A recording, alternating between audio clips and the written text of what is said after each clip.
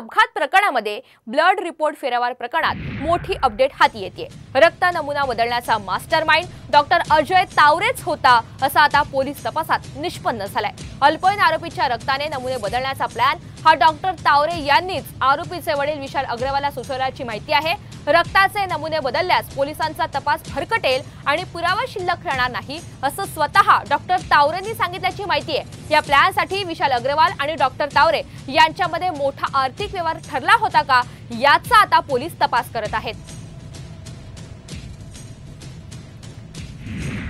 दरम्यान डॉक्टर तावरे पोलिसांकडून देखील पैसे घ्यायचा अशी सूत्रांची माहिती आहे। डॉक्टर अजय तावरे हा पोलिसांकडून विविध गुन्ह्यांच्या तपासामध्ये मदतीसाठी देखील पैसे घेत असल्याचं समोर आलेलं आहे।